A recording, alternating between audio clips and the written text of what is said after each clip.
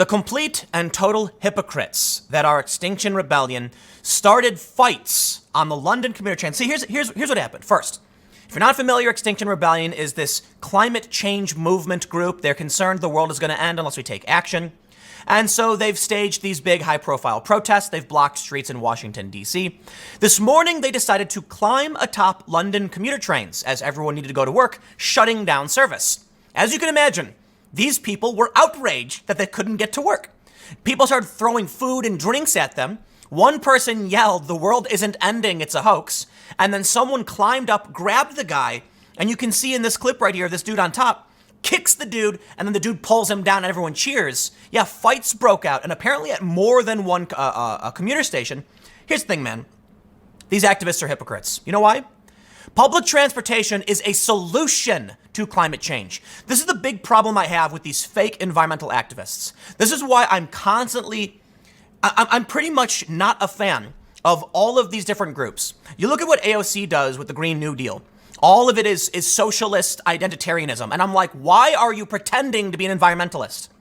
You look at what these people are doing. They're not trying to make the world a better place. They're just agents of chaos who want to disrupt things because they want attention. Everybody look at me and look at my sign. I get it. But why are you going to the people who agree with you, or at the very least aren't contributing to the problem, and bothering them and fighting them physically?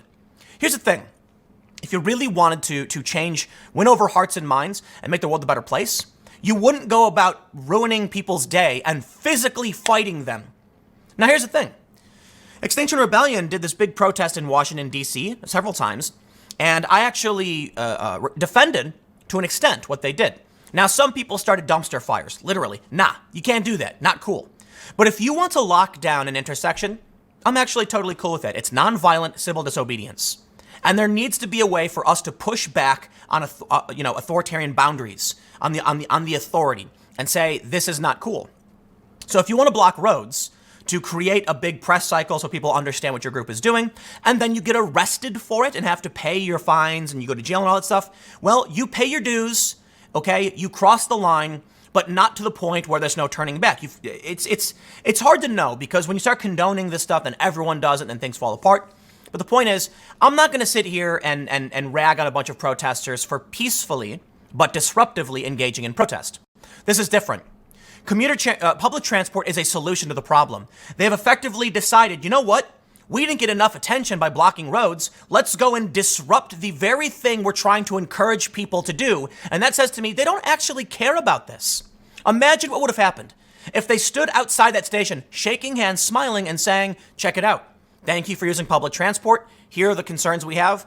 Thanks for listening to me for a few seconds. Spread the word. People would be like, that's really cool. And then they would tell their friends, I met a really cool guy who was like this environmental activist dude. He seemed really nice. Instead, not only are all of these commuters now more likely to reject what you're proposing, because they're going to say this, if you really cared about the environment, why would you disrupt public transport? But beyond that, you physically fought people. Like, dude, could you imagine what's going to happen now? This guy who got kicked, he's going to go to his friends and be like, these dudes are nuts. Dude kicked me. And now everyone's going to be like, man, those Extinction Rebellion people are insane. Jamming up public transports? So let's read a little bit of the story from NBC News. They say at least 4 climate change protesters were arrested after fights broke out at subway stations during Thursday morning's commute in London, as demonstrations by Extinction Rebellion group disrupted services and enraged travelers. I'd say commuters, man, they're going to work. British Transport Police said in a statement that the arrests were made after 3 stations were affected by simultaneous protests, resulting in delays for 2 underground lines. The protest was part of a series of demonstrations beginning last week by Extinction Rebellion, also known as XR, an environmental movement that aims to disrupt daily life in order to push the public and governments to take action on climate change. I don't think that's actually what they want to do. Because, again, public transportation is the solution, isn't it? Or at least one of the solutions. You know what I don't see them doing? I don't see them standing outside of these stations holding up a big sign saying China is violating international agreements. Because you know what China's doing? They're building coal power plants. I thought we were all agreeing we're gonna stop doing this. No, of course not. You have countries like China and India that are not playing ball the same way as everybody else, and they're pumping out a lot of carbon, and they're protesting the very people who agree with them. Because by and large, our governments in the UK, the US, and these Western nations, we all pretty much agree. We got to reduce our carbon footprint, and we've been doing a really great job of it. Hey, I can respect that. Are we perfect? Of course not. Nobody can be perfect, but we're working on it. Why are you protesting us? We agree for the most part, okay? And not only that, even the people who don't agree mostly don't care so long as the economy doesn't collapse because of your actions. I assure you, if you go to any one of these people who doesn't believe in climate change and said, we've figured out a way to reduce carbon emissions that's going to have no impact on the economy or bolster it, they'll be like, fine by me, I don't care. So when you have that woman, she yells, the world isn't ending, it's a hoax. Do you think she's going to care if we reduce carbon emissions so long as nothing else changes? No, why would she? She doesn't, what's the point? Who cares? But none of these people are protesting the countries that are actually making the problem worse. And on top of that, I love the complete and total hypocrisy we've seen from not just these activists, but others. LeBron James comes to mind because not only did he issue a statement in defense of China, it was a tepid defense. He was like, he was uneducated. Daryl Morey was uneducated on his statement. He then comes out later after the backlash and says, I shouldn't have said anything, Oh, you shouldn't have said anything? How many times has LeBron James been politically active talking about injustice and other nonsense? Several times. But now when it hurts his pocketbook, here it is. Oh, we can't talk about China. These people are uneducated, or they're deliberately and maliciously trying to damage environmentalism. Look at what AOC does. The Green New Deal, we're going to help save the world. And then you read it and you're like, dude, this is a socialist screed. Nothing in here is going to do anything to better the environment. It was just her attempt at changing the economy. And that's what her former Chief of Staff, Saikat Chakrabarti, said. It was about changing the economy, not environment. And they're manipulating those who care about the environment to get what they want. That to me is completely disgusting. Now, I don't know what these people want, because how can you simultaneously be like, everybody, you need to stop driving, but we're going to jam up your train, so you can't do that either. Okay, then everyone leaves and they go get in a taxi cab, right? How much you want to bet? I guarantee that when this protest broke out, several people went outside and got in a cab. Congratulations. It's the opposite of what they claim to be fighting for. There's a Canning Town station in East London. Commuters threw drinks at one protester who was walking on top of a train before pulling him off and launching into a fight. Video shared on social media shows. One commuter shouted, I need to get to work. I have to feed my kids. When the protesters initially went up, Mahathir Pasha, a reporter for NBC News' British partner ITN, said in a tweet, Transit police had warned the protest organizers ahead of Thursday's incidents not to impact the subway network upon learning a demonstration was planned. The number of officers on patrol were also increased in anticipation of any incidents. London's Metro Police also issued a citywide ban against the protesters on Monday, prohibiting them from assembling for the remainder of the week.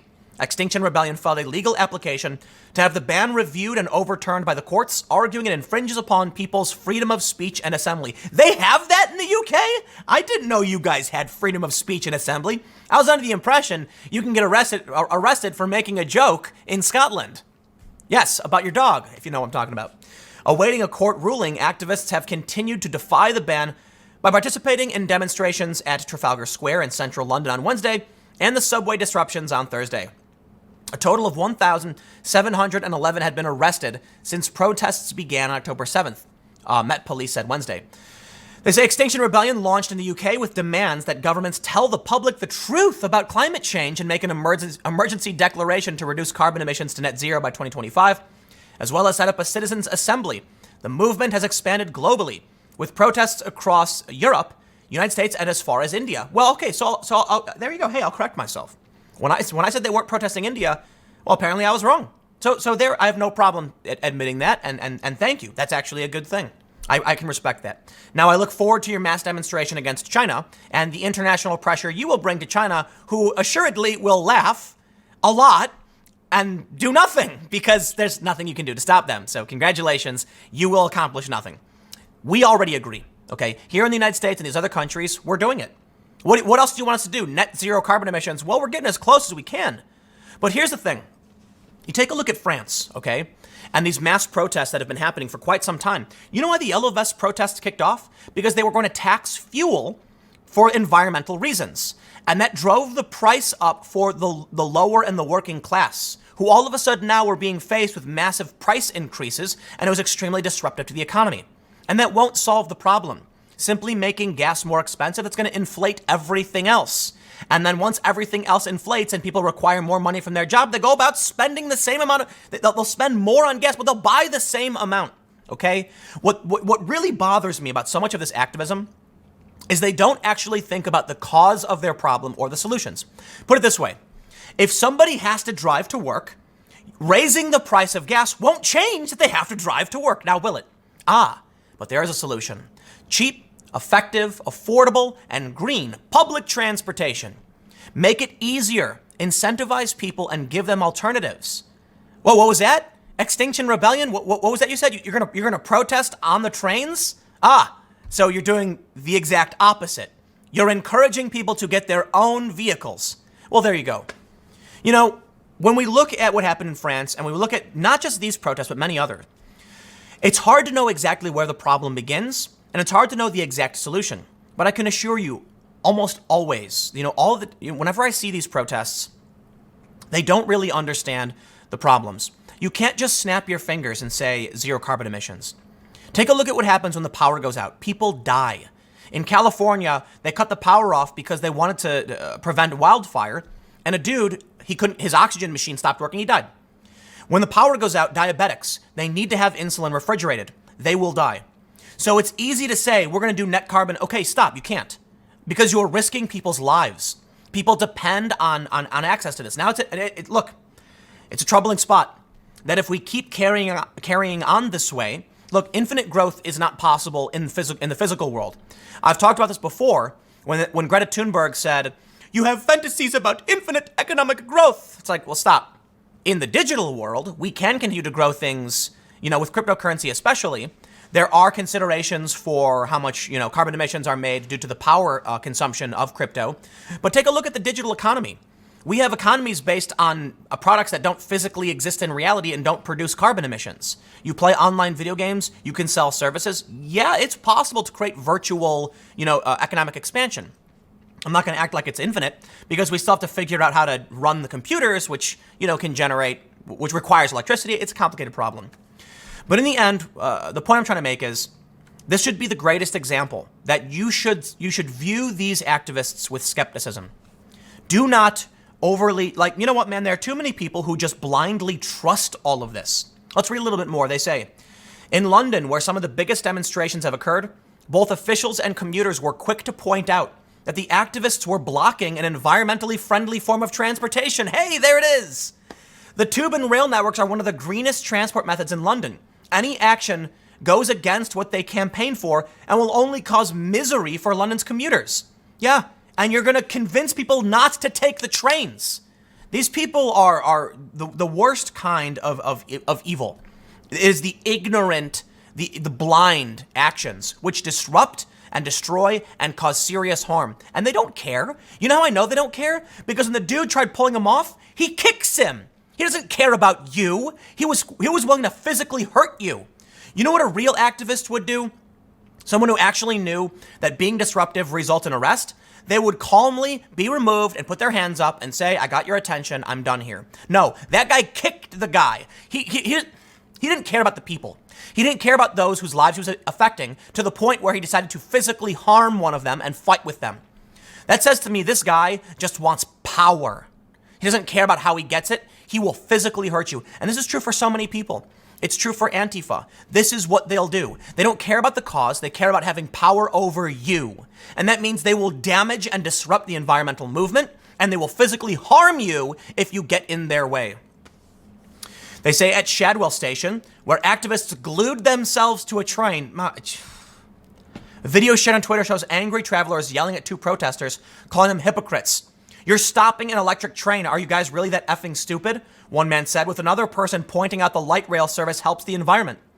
Extinction Rebellion defended their actions of its members in a statement, saying they were non-violent and the disruption was proportionate to the ecological emergency facing the planet. We will all encounter far greater disruption in the future if we don't radically change our society. I would imagine electric trains are part of that transformation, right? Okay, great. Congratulations.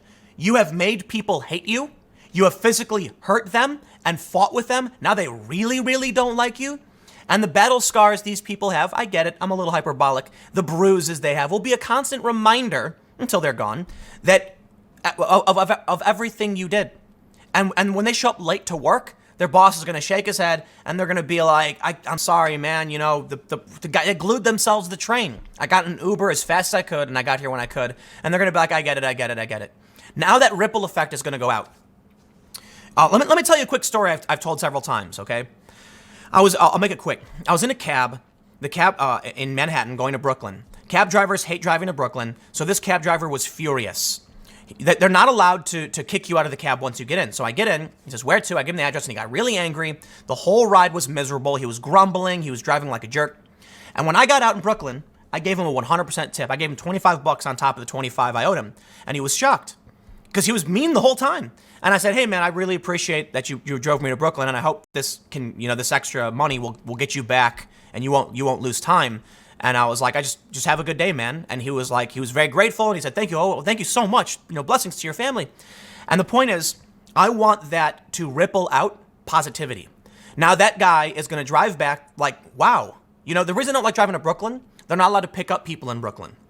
That means he's got to drive back. It's going to take forever. He's got to go across the bridge. He's got to, tolls are, I don't think there's any tolls or anything like that. But it just, depending on if he takes the tunnel or something. But it just means that now his time is being wasted and he's not going to be able to make money. But by me giving that tip, he got a free ride. He's basically like, whoa, this pays for me to get back to Manhattan and keep working. So the next person who gets in his car, he's going to be feeling good. Like, hey man, this is great. And then that person in that car is going to be like, oh, this driver is really nice. I want to make sure it ripples out positivity. What they did with this action was targeted people who are already taking environmentally friendly transport, but the negativity will now sweep from all of these people to all of the companies to all of that. It is a wave of negativity and everyone is going to be affected. But guess what? At the third and fourth degree, no one's going to know it was them who caused it. When that guy gets to work and his boss is frustrated, like my staff wasn't here, we're rushing because, we got a huge line out the door. And look, man, I'm sorry, it's the protesters. That boss is going to be like, I know, I saw in the news. But now those customers aren't getting their coffee and they're not getting their sandwiches. And they're like, why is this taking so long? A wave of negativity then sweeps across everybody. Now I understand when it comes to the protests in DC, the same is true for that. But there's a difference. The difference is hypocritical action versus trying to push that line to make a point. And what they did here was actually target something that benefits their own cause, proving they don't care about the cause. They care about spreading negativity. They care about making people's day miserable. And the proof is in the pudding. That when you say, okay, we got the message, he kicks you. He kicks you. I kid you not. You can see it. He kicks the dude. Okay, you know what? Enough. I'll leave it there. Stick around. Next segment's coming up at 1 p.m. on this channel. I will see you all next time.